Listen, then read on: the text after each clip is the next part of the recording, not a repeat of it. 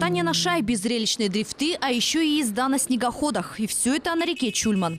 Климатические условия Южной Якутии позволяют заниматься зимними видами спорта несколько месяцев в году. Новшество для нерюнгринцев – прокат техники для взрослых и детей. Мы решили показать горожанам, то есть сделать именно этот вид спорта более доступным. То есть мы сделали рассылки по WhatsApp, чтобы горожане здесь любят собираться на ватрушках, покататься с детьми, чтобы приехали сюда им. То есть имели возможность прокатиться на снегоходах, понять, что это такое. То есть не в длительные туры, которые себе не могут позволить по каким-то либо причинам. А здесь по месту мы нарисовали круги.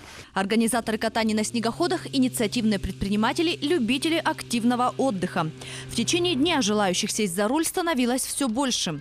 Почувствовать себя рулевым могли и дети на специальном маленьком снегоходе. Я прокатилась на снегоходе. Классно, раздулся.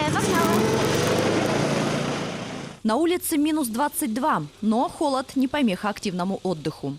Просто супер, мне очень понравилось, конечно, это такой адреналин и вообще поднимает настроение.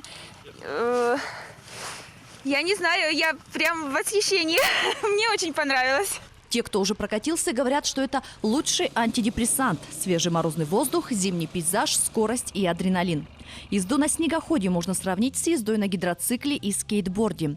А для новичков проводят инструктаж, после чего вперед за руль. Сейчас у всех жителей Нерюнгринского района появилась замечательная возможность прокатиться на снегоходе. Все это организовано на реке Чульман, где каждый желающий может приехать сюда и порулить. Ирина Бачилова, Андрей Гаянов, Вести, Нерюнгринский район.